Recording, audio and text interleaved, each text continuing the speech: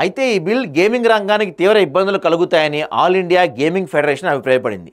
గేమింగ్పై నిషేధం విధించడం కంటే నియంత్రణలు పెట్టాలని హోంశాఖకు లేఖ రాశారంట. అయితే పార్లమెంట్ ఇటీవల కేంద్రం ప్రవేశపెట్టిన బిల్లులు కేవలం చట్టపరమైన మార్పులు మాత్రమే కావు. అవి భారత ప్రజాస్వామ్య భవిష్యత్తుపై నేరుగా ప్రభావం చూపగల రాజకీయ నిర్ణయాలు. ప్రజాప్రతినిధుల అర్హత రద్దు నుంచి ఆన్లైన్ గేమింగ్ నియంత్రణ వరకు విస్తరించిన ఈ ప్రతిపాదనలు ఒకవైపు అవినీతి అక్రమాలను అరికట్టే ప్రయత్నాలు కనిపిస్తున్నప్పటికీ మరోవైపు రాజకీయ దుర్వినియోగానికి తలుపులు తెరవబోతున్నాయని కూడా ఆందోళన వ్యక్తం చేస్తున్నారు. జమ్మూ కాశ్మీర్ సవరణ బిల్లు 130వ రాజ్యాంగ సవరణ బిల్లుతో జమ్మూ కాశ్మీర్పై కేంద్రం మరింత నియంత్రణ సాధించాలని సంకేతాలు ఇస్తుంది.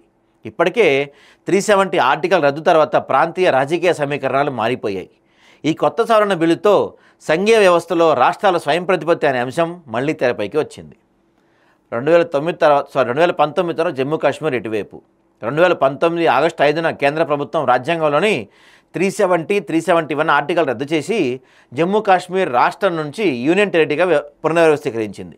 దీంతో జమ్మూ కాశ్మీర్ గవర్నర్ ఉండరు, లెఫ్టినెంట్ గవర్నర్ ఉంటారండి. యూనియన్ టెరిటరీగా లడాక్ ప్రత్యేక యూటీగా మారాయి. ఈ నిర్ణయాన్ని 2023 డిసెంబర్ 11న భారత్ సుప్రీంకోర్టు సమర్థించినప్పటికీ రాష్ట్ర హోదా విలయం త్వరగా పునరుద్ధరించాలని కోర్టు తీర్పులో స్పష్టంగా సూచించింది.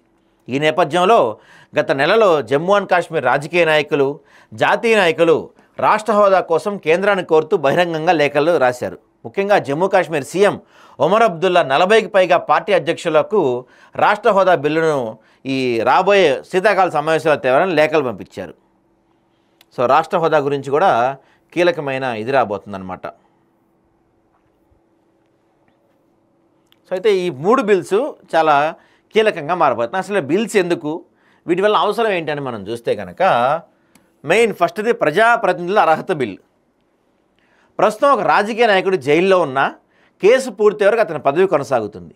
దీనివల్ల నేర ఆరోపణలు ఎదుర్కొంటున్న వారే ప్రజాప్రతినిధులుగా కొనసాగడం జరుగుతుంది. 30 రోజులకు పైగా జైల్లో ఉన్న వారి పదవి రద్దవుతుందనే నిబంధనతో రాజకీయ వ్యవస్థలో నైతికత పెరగటం, ప్రజల విశ్వాసాన్ని నిలబెట్టుకోవడం సాధ్యమవుతుందని ప్రభుత్వం చెప్తుంది. మరి ప్రభుత్వం చెప్తుంది, కానీ అది ఎంతవరకు అనేది చూడాలి మనం. ఇక తర్వాత ఆన్లైన్ గేమింగ్స్ గురించి రాస్తున్నారు. ఆన్లైన్ గేమింగ్ రంగంలో ప్రస్తుతం మోసాలు, వ్యసనం, మైనర్లపై ప్రభావం వంటి సమస్యలు ఎక్కువగా కనిపిస్తున్నాయి. గేమింగ్ను ఈ స్పోర్ట్స్తో వేరు చేసి స్పష్టమైన నిబంధనలు తీసుకురావడం అవసరమని ప్రభుత్వం భావిస్తుంది. దీనివల్ల ఏం జరుగుద్దంటే యువత రక్షణ, పారదర్శక నియంత్రణ, మోసపూరిత గేమ్స్పై కఠిన చర్య, అదనంగా నియంత్రణ వల్ల ఈ రంగం మరింత ప్రొఫెషనల్గా, సురక్షితంగా మారుతుంది.